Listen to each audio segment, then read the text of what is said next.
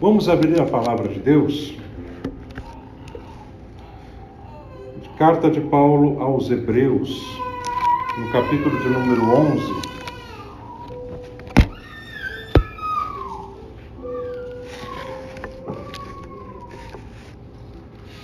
Carta de Paulo aos Hebreus, capítulo de número 11, versículos de números 24 a 27.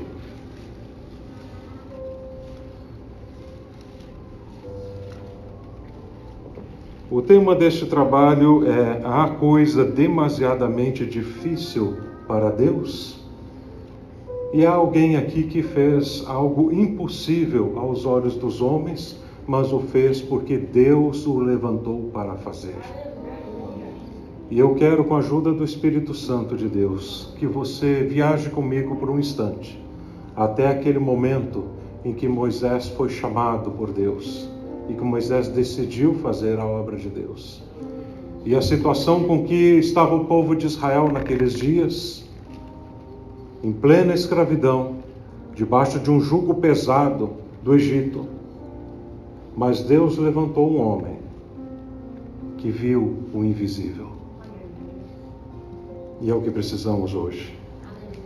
Hebreus 11, 24 a 27.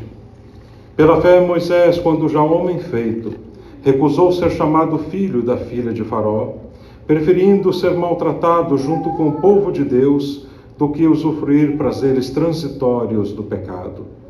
Tendo por maiores riquezas o vitupério de Cristo do que os tesouros do Egito, porque tinha em vista o galardão. Pela fé deixou o Egito, não temendo a ira do rei, porque ficou firme, vendo aquele que é invisível. Glória seja dada ao nome do Senhor. Israel estava escrava do Egito, como nós falamos agora há pouco. Era uma situação impossível. Eu creio que não exista duas coisas piores para um ser humano, além de, claro, a enfermidade, mas referindo à questão de liberdade, do que a escravidão e a prisão. Nenhum de nós quer passar por isso. Nenhum de nós quer perder o direito de ir e de vir. Nenhum de nós quer perder o direito de liberdade. Nenhum de nós quer estar preso a correntes ou debaixo de um jugo de escravidão. Nenhum de nós quer ficar debaixo de uma sentença aonde não existe nem sequer uma esperança de algum dia haver libertação. Nenhum de nós quer isso. O fato é que Israel passou mais de 400 anos sob o jugo dos egípcios, sentenciados, vendo geração após geração passar e clamando a Deus, porque tudo quanto eles tinham era a esperança que Deus suscitaria um libertador, que Deus levantaria em algum momento alguém que iria arrancá-los do Egito. Eu quero que vocês vejam o quadro daqueles dias, entendam o que aconteceu naqueles dias. Se coloque por um instante na situação em que Israel estava. Eles não tinham riquezas deles mesmos, eles não tinham recursos deles mesmos, eles viviam sob escravidão, presos, e ficariam ali sempre presos, se Deus não levantasse um libertador. O clamor, a palavra de Deus nos diz que o clamor do povo chegou até os ouvidos de Deus. Deus ouve as nossas orações. Deus ouve o nosso clamor. Mas Israel estava o tempo todo presa, completamente presa, e ficaria ali subjugada por centenas e centenas de anos. Até que Deus falou e chamou a Moisés. Creio que esse foi um dos primeiros, e podemos colocar biblicamente, foi um dos primeiros silêncios de Deus de mais de 400 anos. Se você analisar bem a história, houve outros silêncios de Deus, como também o silêncio interbíblico entre o Velho Testamento e o Novo Testamento. E houve também outro silêncio de Deus durante a história, em que Deus muitas vezes ficou em silêncio e não se manifestou.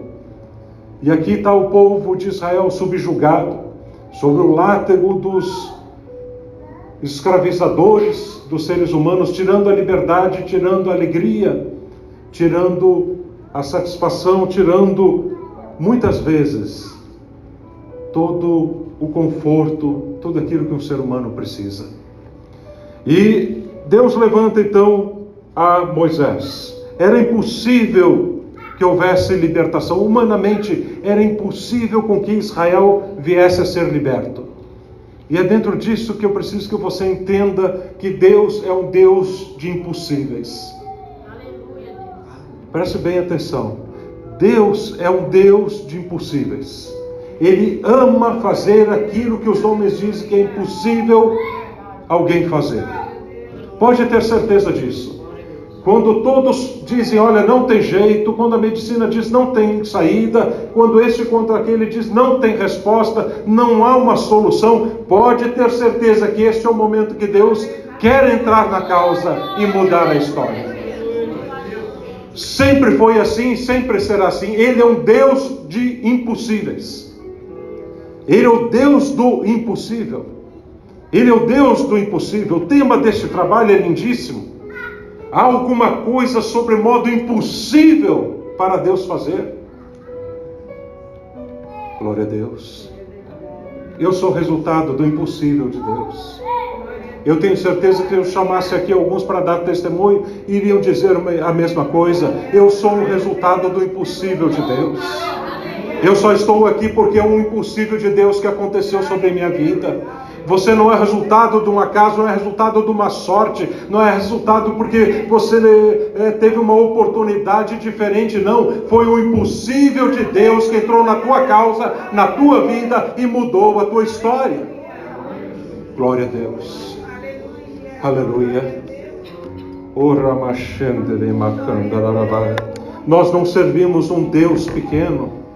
Nós não servimos um Deus anão. Tem crentes que às vezes não conseguem ver como Deus é grande. Aleluia. Outro dia eu ouvi alguém falar uma coisa e é uma grande verdade. Às vezes as pessoas dizem, onde é que Deus habita? Ah, Deus habita na eternidade. Não. A eternidade que habita em Deus. A eternidade que habita em Deus, a eternidade não é maior do que Ele é maior do que todas as coisas. Quando nós olhamos no aspecto da ciência e começamos a olhar a astronomia e tudo aquilo quanto existe no universo, a grandiosidade, o capricho, o cuidado de Deus.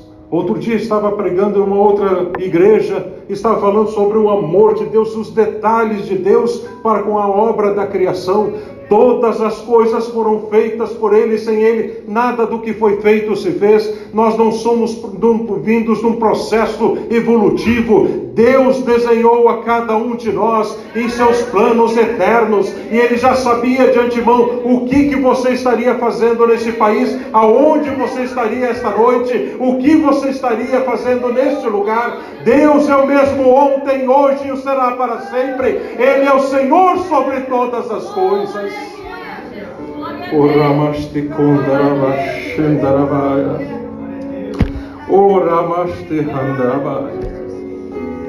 Moisés, o Espírito de Deus está forte aqui.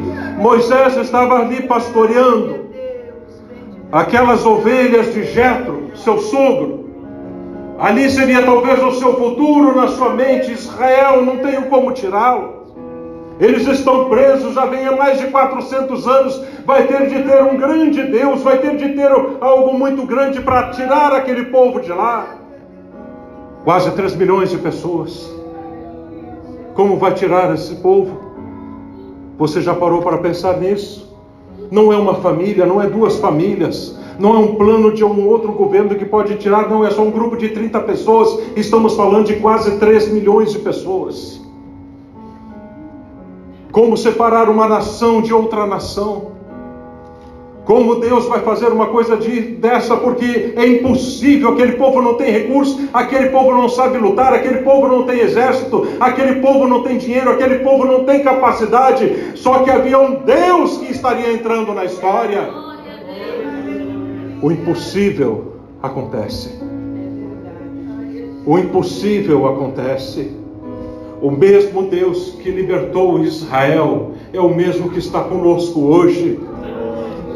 Deus não morreu, Deus não está morto, Ele está vivo. Nós servimos um grande Deus e Ele é poderoso. Oh, glória seja dada ao nome do Senhor. Moisés teve a sua vida mudada, porque enquanto estava pastoreando aquelas ovelhas, ele viu uma sarça. Havia uma sarça que estava queimando, mas que, embora ardesse com fogo, as folhas, os ramos não se consumiam pelas chamas.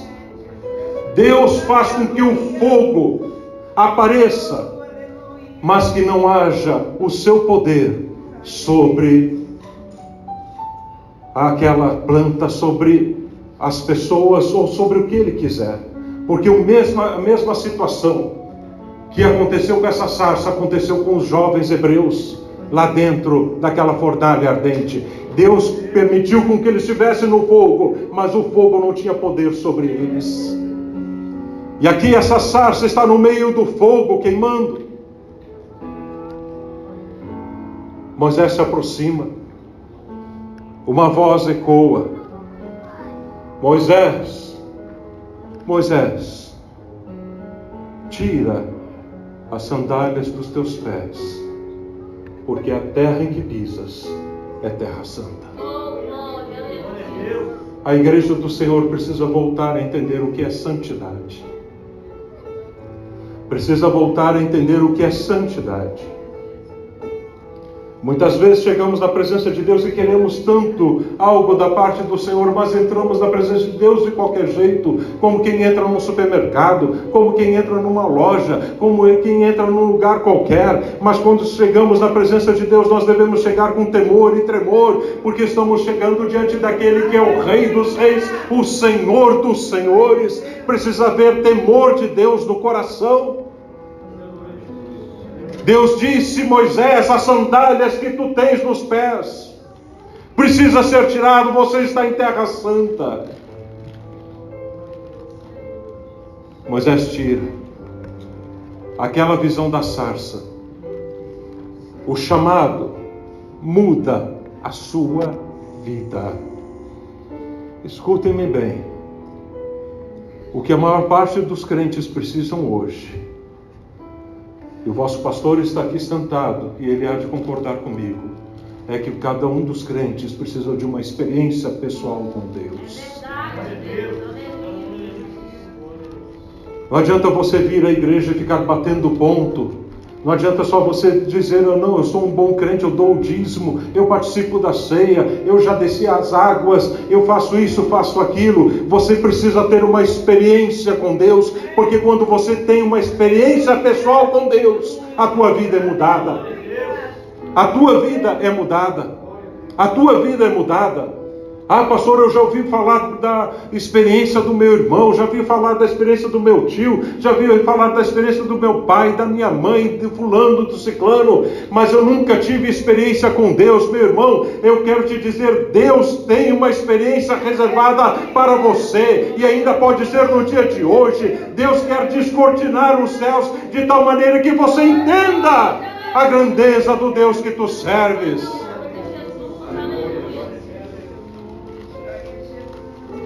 Minha filha, até pouco tempo atrás, ela disse: pai, eu estava na igreja, estava sempre indo nos cultos, ouvia a palavra e cantava os hinos e até batizar nas águas estava, mas aonde eu tive uma experiência com Deus, a minha vida foi mudada, quando eu vi Deus falar comigo. O que é a salvação, o que é a rendição, o que é o novo nascimento. E muitas vezes isso vem depois de uma experiência muito séria. Ela teve um sonho. Ela acordou de madrugada, ela gritava, está aqui a minha esposa para confirmar. Eram umas 2:00 da manhã, ela acordou gritando. E eu vinha orando durante meses pela vida dela, para que Deus desse a ela uma experiência. Porque nós precisamos disso. Você não pode contar a experiência dos outros, você tem que viver a tua experiência com Deus. Eu disse: Senhor, mostra ela.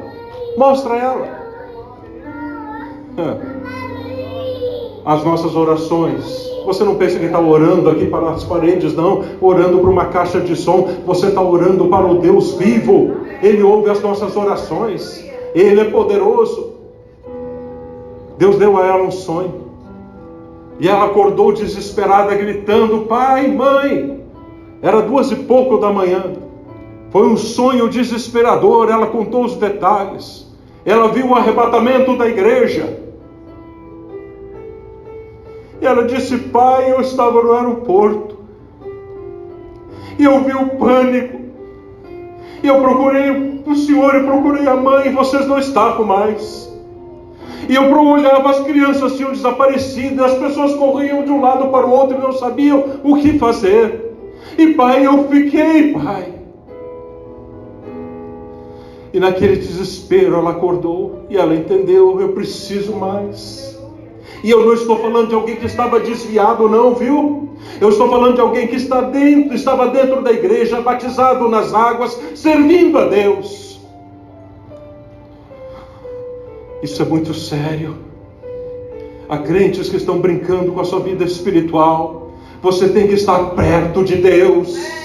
Perto de Deus e sentir a comunhão de Deus o tempo todo. A palavra de Deus nos diz que Enoque andava com Deus e de repente já não era, porque não parecia mais nada com os seres humanos daqui, porque estava constantemente falando com o Senhor. E a palavra de Deus nos diz que então ele já não era, porque Deus o tomou para si. Você tem falado com Deus? Ele tem falado com você? Você já ouviu a voz de Deus hoje? Moisés ouviu a voz do Senhor naquele dia. E era o Deus eterno o comissionando: vá libertar o meu povo. Moisés disse: isso é impossível. Não para mim, Moisés. Não para mim.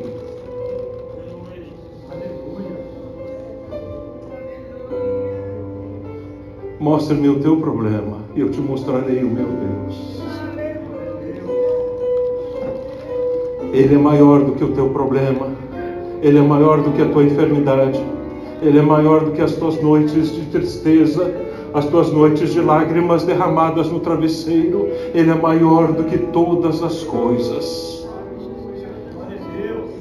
Não é impossível para Deus. Não é impossível para Deus. Moisés decidiu. A Bíblia, no texto que lemos, ele fez uma escolha. Ele fez uma escolha. E é isso que você precisa fazer. Eu vou escolher entre servir a Deus ou seguir a este mundo. Eu vou decidir entre ser fiel a Deus ou ser um crente meia boca. Eu vou decidir em obedecer a Deus ou vou decidir desobedecer a Deus. O que eu vou fazer? Ainda hoje estava comentando com a minha mãe sobre esse tipo de coisa. A pessoa, não importa quem ela seja, o dia que ela fizer uma escolha errada, ela começa a cair. Não importa quem seja. Não importa se é o presidente Donald Trump. Não importa se é o Jair Bolsonaro. Não importa se é a pessoa que menos valor tem a nível status social. Não importa se é rico, se é pobre, se tem muito dinheiro ou não tem dinheiro, se tem status, se tem posição social, se sua parede está cheia de diplomas. O dia que essa pessoa escolher errado, ela vai cair. Ela cai. Tudo gira em torno da escolha. Eu e você muitas vezes dizemos: por que Adão fez isso? Por que Eva fez isso? Olha só que sentença. Meu irmão, minha irmã, a tentação vem todos os dias para cada um de nós. E não culpe Adão e Eva, porque você faria a mesma coisa que eles fizeram. O ser humano continua sendo mau. Pende para o mal. Moisés escolheu: eu vou te servir. Eu quero te servir. Eu quero te servir. A visão que ele teve, a experiência que ele teve mudou a sua história. Eu quero ficar firme vendo o invisível. Eu quero ficar firme vendo o invisível. Eu quero lhes dizer, queridos, o invisível é mais real do que o visível. Se você analisar bem o que eu estou dizendo, você irá entender. O invisível, ele é mais real do que o visível, porque o visível, ele tem um período de tempo aqui e então perece. Todos nós estamos definhando aqui nesse lugar. A cada segundo que passa, estamos definhando, nós estamos se tornando mais jovens, estamos definhando, estamos indo à sepultura. Mas o eterno continua como sempre foi nas eras da eternidade e continuará para sempre, sempre, sempre. O que é a vida humana? É como uma neblina que se dissipa. É como uma fagulha que sai da fogueira na escuridão e desaparece.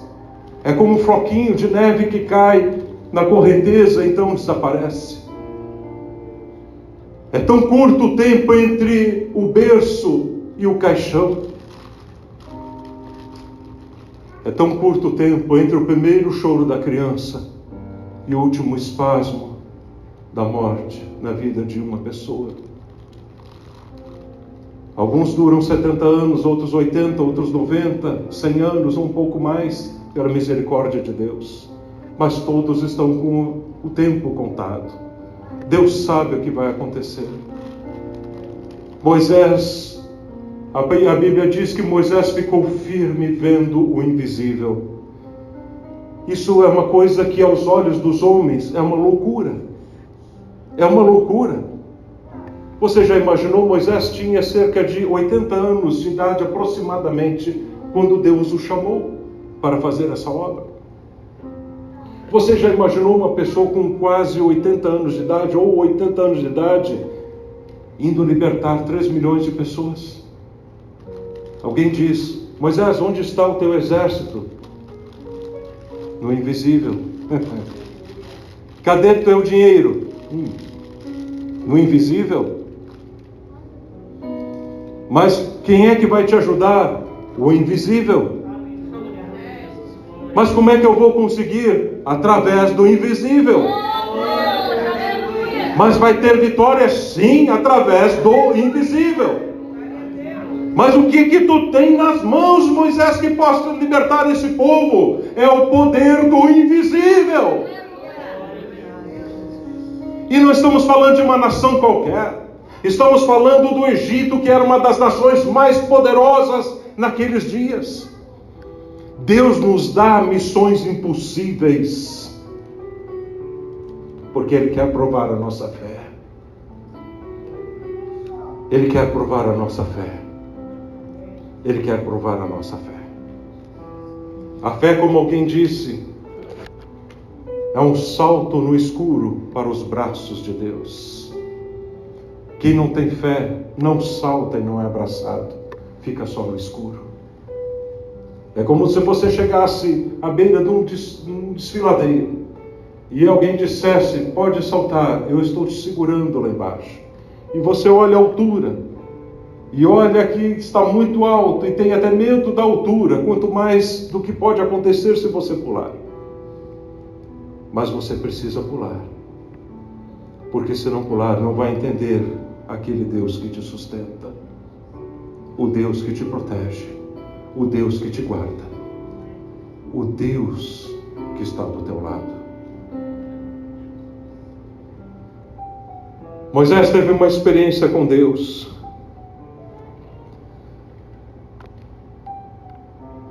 Porque precisava atender a uma missão. Havia uma promessa de Deus, que Deus iria levar o seu povo para a terra prometida. Muitas vezes Deus nos incumbe de tarefas que nós, humanamente, vemos que é impossível fazer.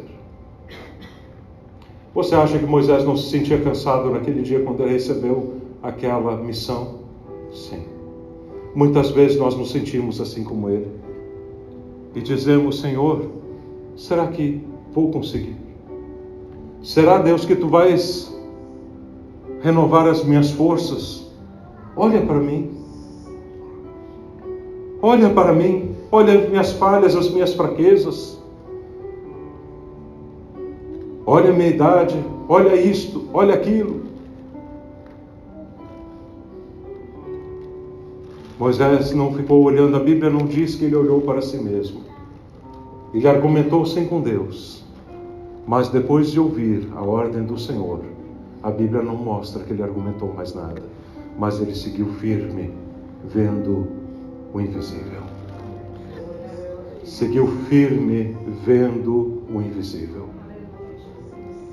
O crente em Jesus é uma pessoa que vai na contramão deste mundo. Ele, para subir, ele tem que diminuir. Ele se torna mais alto quando dobra os seus joelhos. Aí a única forma de subir é descendo. Quanto mais queremos de Deus, menos temos de ter de nós mesmos. A minha mãe estava me lembrando de um testemunho que aconteceu há anos atrás, e aqui eu já estou encerrando. Eu não sei exatamente quanto tempo eu tenho, mas já são 9h15. É até as 9h30, né? É até as 9h30, pastor? Tá bom. Então, ela estava contando um testemunho que aconteceu numa congregação lá do bairro Bom Jesus, na cidade de Porto Alegre. Isso aconteceu alguns anos atrás. Eles estavam para acabar com um ponto de pregação. Havia uma pequena igreja ali no bairro Bom Jesus. E era um ponto onde estava no meio dos drogados, no meio das prostitutas, no meio de um lugar bem deplorável. E havia pessoas que estavam indo ali à frente e aceitando a Cristo como Salvador. Mas então, alguns da direção da igreja disseram: não, aquele lugar não está sendo bastante útil, vamos parar com aquele ponto ali de pregação, com aquela pequena igreja, vamos demolir aquele lugar. Quem for para ser salvo, que venha então para o templo central. E decidiram fazer assim. Um homem de Deus se levantou e disse: não façam isso. E essa pessoa era o meu tio, e disse: não façam isso.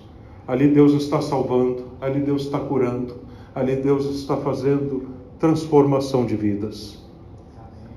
Mas eles decidiram ainda assim mesmo fazer. E 3 homens chegaram àquela pequena igreja, abriram aquele pequeno templo para começar a demolição daquela estrutura de madeira que ali estava. Mas quando abriram, eles se depararam com um ser celestial que estava lá dentro. E os 3 saíram correndo apavorados, porque viram algo invisível, algo sobrenatural da parte de Deus. O reino espiritual é maior do que o nosso reino físico. O Deus que está conosco é muito maior do que aquilo que é os nossos problemas, aquilo que são as nossas preocupações. Deus é um Deus de milagres. Eu poderia contar milagre após milagre que Deus já fez na minha vida. Poderia começar a contar aqui, ficaria horas contando, porque Deus é um Deus de milagres.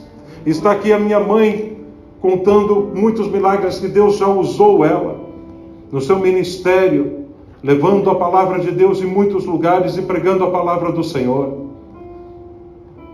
Deus é o mesmo ontem, hoje e será para sempre.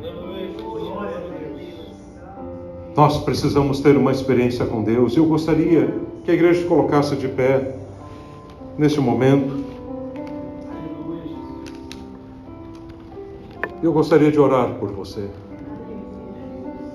Eu gostaria de orar por você, para que Deus dê uma experiência sobrenatural na tua vida. Algo que sacuda tanto a tua vida, que faça com que você mude completamente a tua visão, faça você entender quão grande é o nosso Deus. Eu não falo isso como um mensageiro apenas, não falo isso como um pastor, eu falo isso como um homem que já foi tocado por Deus. Eu sei que Ele é real. Eu sei o que há do outro lado, porque Ele já me mostrou. Eu já tive experiências sobrenaturais com Deus e ninguém pode me dizer que isso não existe, porque eu as vi. E esse Deus poderoso, Ele pode fazer qualquer coisa aqui esta noite. Sobremodo, disse aquele anjo, algo impossível para Deus. Há algo impossível para Deus. Eu quero te fazer a pergunta: há algo impossível para Deus fazer aqui esta noite? Ou eu quero te dizer, ainda que tivesse o melhor médico, e que esse aqui fosse o melhor dos hospitais, você poderia cruzar aquela porta e ainda seria desenganado. Mas aquele que está aqui, o médico dos médicos, Ele cura a enfermidade, Ele tira o câncer, Ele restaura a saúde, e não há dor e nem enfermidade que Ele não possa curar.